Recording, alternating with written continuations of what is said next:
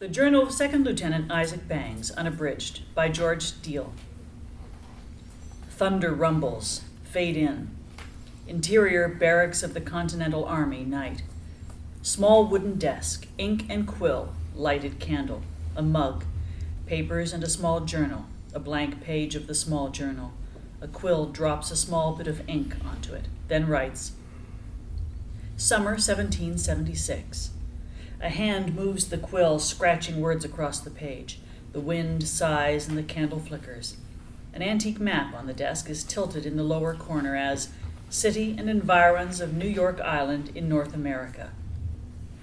Alone in the barracks, Issac Bangs, 20, bespectacled and bookish, sits behind the desk. He brings the quill across the desktop to the inkwell. In doing so, he knocks the mug. Dark liquid sloshes onto the map. Issac watches the liquid slide across the map. It flows by the canal and moves past Trinity Church and under Brothel district. Finally, it encircles holy ground. Thunder rolls. Issac brushes the liquid from the map and knocks over the candle. Blackout. Oh, bother. Exterior streets of holy ground, night. The sounds of drunken revelers and horse and carriages cut through the rumbling thunder. A man, Cunningham, late 30s, long and thin, walks deliberately up the street. As he moves past, crowds part and horses shy away. A growling street dog blocks his path. From under the shadow of his tricorn hat and above the high collar of his dark cloak, Cunningham's reddish-brown eyes glare at the dog. In fright, the dog whimpers away. As he watches the dog run, Cunningham notices the church on the hill. Lightning strikes behind it. Interior brothel at number 9, continuous. Thunder crackles. A young woman, Lizzie, 20, jerks back the curtains from the window on the main floor of the brothel at number 9, Vesey Street. She watches the cloaked figure of Cunningham. Lizzie, back to work. Exterior streets of holy ground, continuous. Feeling Lizzie's gaze, Cunningham's sharp features spin to the window at brothel number 9. Magnetically, he's pulled through the gate and up the walk. His long cloak makes it appear as if he floats to the door. Exterior, doorway of brothel at number 9, continuous. He pulls his left hand from under his cloak. Before he can knock, the door swings open. Master Cunningham. Elizabeth? They eye each other, kitten and cat. Ladies of ill repute come to Lizzie's side. They slink up the door and lustily inspect Cunningham. Meow. Who's your friend, lizard?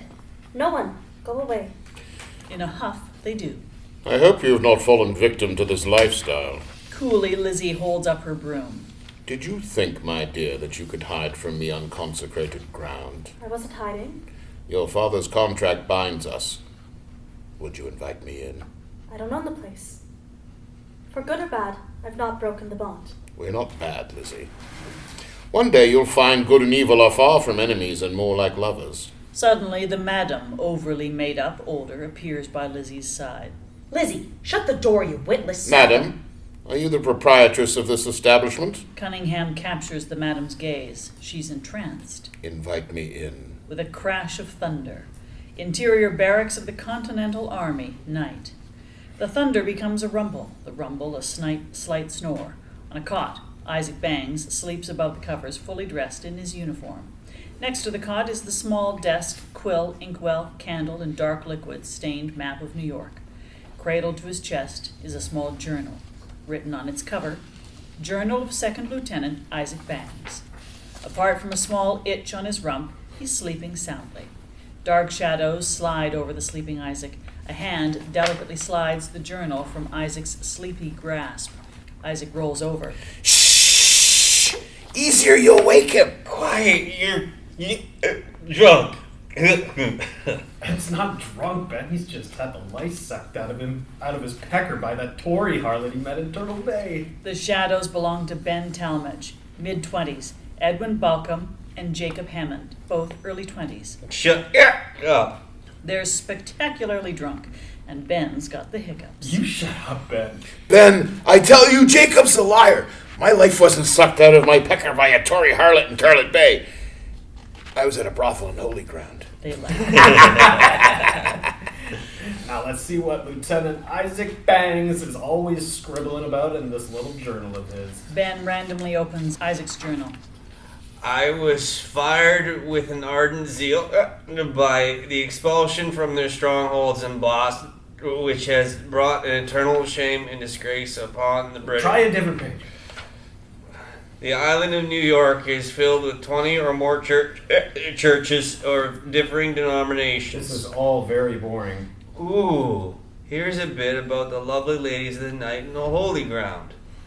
Any gratification can be easily indulged in this place. Here we go. Washington's army will be debauched here within a month. Soldiers and officers alike will be seized with the fatal disorder, syphilis. The disease has the most horrific effects. Under my charge, I have seen one soldier's scrotum swell to the size of a loaf of bread. They're all wrapped in horrified, disgusted silence. The drunken buffoons leap from fright. The journal goes flying to the floor. Christ, Bangs, I just dropped a load in my breeches. Serves you right. You shouldn't be looking through other individuals' private belongings. Isaac, your wretchedness has wrought my poor heart.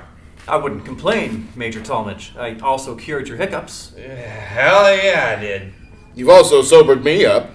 And off we go, back to our pints.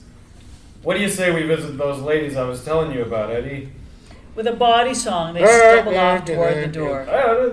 Drag the good journalist along. Isaac and Ben share a look. Oh, me. I thought we were going home. Isaac grabs his journal as Ben hauls him out.